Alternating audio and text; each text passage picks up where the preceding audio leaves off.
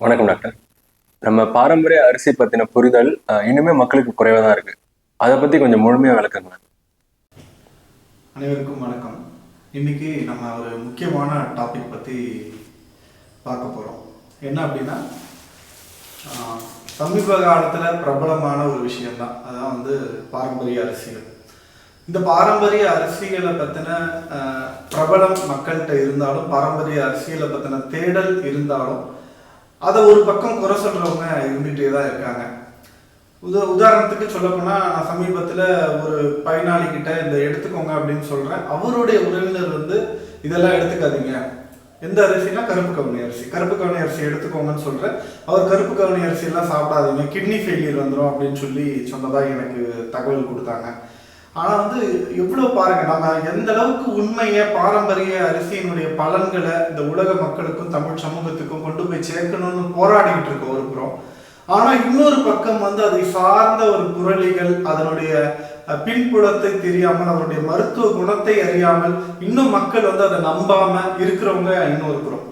So இந்த ஒரு நம்பிக்கை இல்லாத தன்மையை கட்டவிழ்க்கிறதுக்காக இந்த வீடியோவை பண்ணணும் அப்படிங்கிறது என்னுடைய முயற்சி. அது சார்பாக இந்த பாரம்பரிய அரிசிகளினுடைய மருத்துவ பயன்களை பற்றி நம்ம பார்க்க போகிறோம். ஸோ பாரம்பரிய அரிசிகள் கிட்டத்தட்ட ஒரு 700 வகையான பாரம்பரிய அரிசிகள் இருந்திருக்கு. நம்ம நாட்டில் மட்டும் இல்லாமல் உலகம் முழுக்க இருக்கக்கூடிய பல்வேறு நாடுகளில் கிட்டத்தட்ட ஒரு சொல்லப்போனால் ஒரு 2000-3000 ஆண்டுகளுக்கு முன்பாக இருந்தே, இன்னும் கூடுதலாக சொல்லப்போனால் சிந்து சமவெளி நாகரிகம், அந்த மாதிரி பழங்கால நாகரிகத்திலேயே நம்மளுடைய பாரம்பரிய அரிசி வகைகள் பயன்படுத்தப்பட்டது அப்படின்னு சொல்லி வரலாற்று குறிப்புகள் நிறைய கிடைக்குது. அதெல்லாம் நம்ம குறிப்பிடும் போது சொல்ற விஷயம் என்ன அப்படின்னா, முக்கியமா இன்னைக்கு மக்கள்கிட்ட ரொம்ப பிரபலமா இருக்கக்கூடிய ஒரு அரிசி நம்ம கருப்பு கவுனி அரிசி தான் நம்ம சொல்லுவோம். இந்த கருப்பு கவுனி அரிசி பாத்தீங்க அப்படின்னா ஏன் பிரபலமாச்சு அப்படின்னா, அதனுடைய கருப்பு நிறம், அதற்கு காரணமான ஆந்தோசைனின்னு சொல்லக்கூடிய அந்த நிறமிச்சத்து, இந்த ஏகப்பட்ட மருத்துவ நன்மைகளை அள்ளி கொடுக்கக்கூடியது அப்படிங்கிற ஒரு ஒரு ஒரு நல்ல மக்கள்கிட்ட அதை சார்ந்த ஒரு விழிப்புணர்வு ஏற்பட்டிருக்கு அப்படின்னு நம்ம சொல்லலாம். அந்த ஆந்தோசைனின் நிறமி, உண்மையிலே நீங்க பாத்தீங்கன்னா கூகுளில் சர்ச் பண்ணி பார்த்தீங்கன்னா ஆந்தோசைனின் நிறமிக்கு நிறைய மருத்துவ பலன்கள் இருக்கு, நிறைய ஆய்வுகள் அதை சார்ந்து பண்ணியிருக்காங்க. அது ஆந்தோசைனின் நிறமி ஒரு சர்க்கரை அளவை குறைப்பதா இருக்கட்டும், ரத்தத்தில் இருக்கக்கூடிய கொலஸ்ட்ரால் அளவை குறைப்பதாக இருக்கட்டும், இல்லை ஒரு ஆன்டி கேன்சர், ஒரு புற்றுநோயை தடுக்கக்கூடியதாக இருக்கட்டும், அந்த மாதிரி பல்வேறு வகையான மருத்துவ பலன்களை உடையது அப்படின்னு சொல்லி இந்த கருப்பு கவுனி அரிசி, அதில் இருக்கக்கூடிய ஆந்தோசைனின் நிறமிக்கு இருக்கு அப்படின்னு சொல்லி அறிவியல் பூர்வமான ஆய்வு தகவல்கள் குறிப்பிடுறாங்க. இது நமக்கு தெரிஞ்சது கருப்பு கவுனி. ஆனால் இந்த கருப்பு கவுனி அரிசியை பற்றி ஒரு கூடுதலான விஷயம் நான் எல்லாருக்கும் சொல்லணும் அப்படின்னு ஆசைப்படுறேன். ஏன் அப்படின்னா, என்னிடம் வரக்கூடிய இருதய நோயாளிகளுக்கு ஏற்கனவே எங்களுக்கு இருதய பிரச்சனை இருக்குது, இல்லாட்டி எங்கள் வீட்டில் எல்லாருக்கும் இருதய பிரச்சனை இருக்குது, எனக்கு இருதய பிரச்சனை வரக்கூடாது அப்படின்னு சொல்லி நான் யோசிக்கிறேன் அப்படின்னா என்ன அரிசியை எடுத்துக்கலாம்னா கருப்பு கவுனி அரிசி தாங்க. ஏன் அப்படின்னா, அதை சார்ந்த ஒரு ஆய்வு நம்ம சீனால நடந்திருக்கு. அந்த ஆய்வுல என்ன சொல்றாங்க, சென் யூனிவர்சிட்டி அப்படின்னு சொல்லக்கூடிய ஒரு பெரிய பல்கலைக்கழகத்துல இந்த பிளாக் ரைஸ் பிக்மெண்ட் அப்படின்னு சொல்லக்கூடிய இந்த கருப்பு கவுனி அரிசி மேல இருக்கக்கூடிய அந்த கருப்பு நிற அந்த பகுதியை மட்டும் பிரித்தெடுத்து அதை இருதய நோயாளிகளுக்கு கொடுத்து பார்த்து அதை ஆய்வு செய்தல அந்த இருதய நோயாளிகளுடைய இருதய நலன் அதிகரிச்சிருக்கிறதாவும், இந்த இருதய நோயாளிகளுடைய இருதயம் பாத்தீங்கன்னா பாதுகாக்கப்பட்டு இருக்கிறதாவும் அந்த ஆய்வு முறைகளை குறிப்பிடுறாங்க. எப்படின்னா, 2 குரூப்பா பிரிச்சுக்கிறாங்க. ஒரு குரூப்ல பாத்தீங்கன்னா இருதய நோய் இருக்கிறவங்க, அவங்களுக்கு சாதாரண ஒயிட் ரைஸ் பிக்மெண்ட்டை கொடுக்குறாங்க. இன்னொரு குரூப்ல இருதய நோய் இருக்கிறவங்க, அவங்களுக்கு இந்த கருப்பு அரிசியினுடைய பிளாக் ரைஸ் பிக்மெண்ட்டை கொடுக்குறாங்க. இது 2 பேரையும் உற்று நோக்கும்போது ஒரு குறிப்பிட்ட 2-3 காலங்களுக்கு பிறகு பார்க்கும்போது இந்த கருப்பு அரிசியினுடைய பகுதியை எடுத்துக்கொண்ட இருதய நோயாளிகளுடைய இரத்த குழாயில் அடைப்புகள் உருவாவது குறைந்திருக்கிறதாகவும், அந்த கார்டியாக் மார்க்கர்ஸ் சொல்லுவாங்க, இன்ஃப்ளமேட்டரி மார்க்கர்ஸ், அந்த மார்க்கர்ஸினுடைய அளவு வெறும் வெள்ளை அரிசியினுடைய பிக்மெண்ட் எடுத்துக்கொண்டவர்களோட இவர்களுக்கு அளவு குறைவாக, கருப்பு நிற அரிசியினுடைய பிக்மெண்ட் எடுத்தவங்களுக்கு அந்த மார்க்கர்ஸினுடைய அளவுகள் குறைவா இருக்கிறதாவும் குறிப்பிட்டிருக்காங்க. இன்னொரு அதி முக்கியமான விஷயம் என்னன்னா ஆன்டி ஆக்சிடென்ட். இன்னைக்கு வந்து உலகம் முழுக்க ஒரு பெரிய தேடல் அப்படின்னா அந்த ஆன்டி ஆக்சிடென்ட் தான். அந்த ஆன்டி ஆக்சிடென்ட் ஏன்னா வயதாகாம தடுக்கணும், இளமையா இருக்கணும், எந்த நோயும் வரக்கூடாது அப்படிங்கிற பொழுது ஒரு பெரிய தேடல் ஆன்டி ஆக்சிடென்ட். நம்ம ஊர் காயக்கல்பம் தாங்க அந்த ஆன்டி ஆக்சிடென்ட்.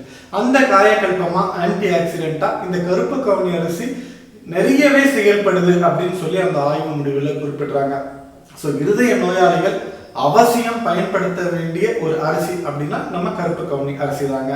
அதற்கு அடுத்து கருப்பு கவுனி அரிசிக்கு அடுத்து அதிகமாக நம்ம பயன்படுத்துகிற பேசப்படுற அரிசி வந்து மாப்பிள்ளை சம்பா.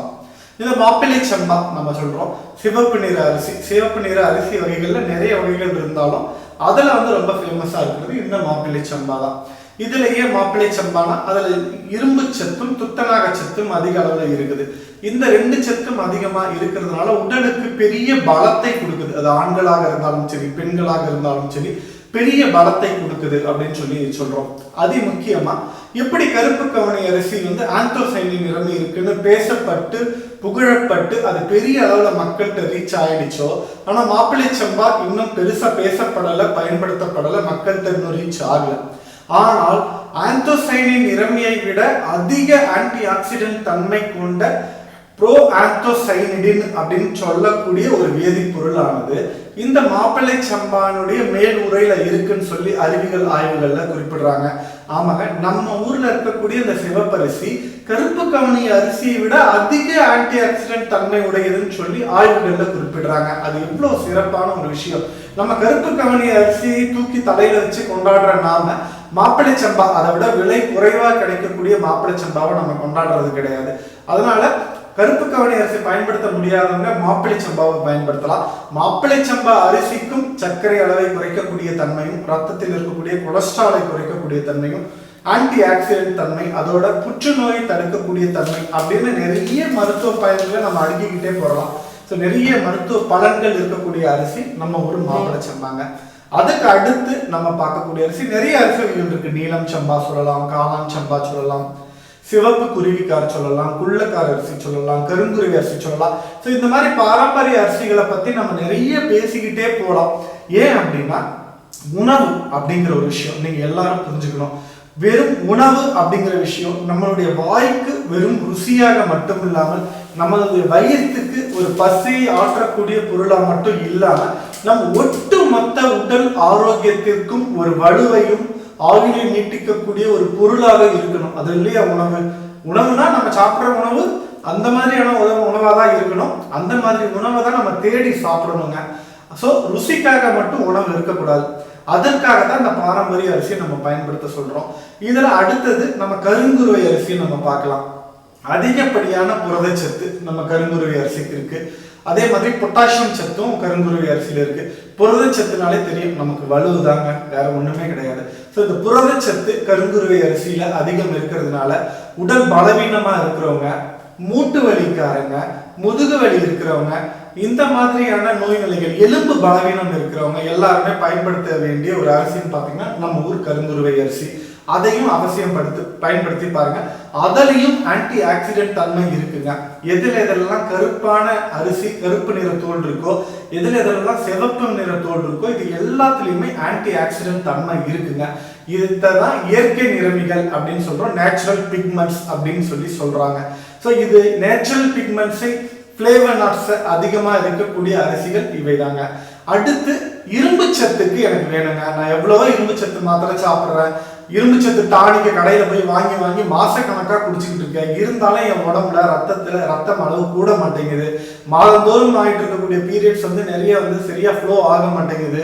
உடல் பலவீனம் ஆயிடுது, ரத்தம் குறைபாடுன்னு சொல்லக்கூடிய அனிமியா நோய் எனக்கு இருக்கு அப்படின்னு சொல்லக்கூடிய பெண்கள் பயன்படுத்த வேண்டிய அரிசி வந்து பாத்தீங்க அப்படின்னா இந்த சிவப்பி குருவிக்கார் அரிசியும் குள்ளக்கார அரிசியும் தாங்க.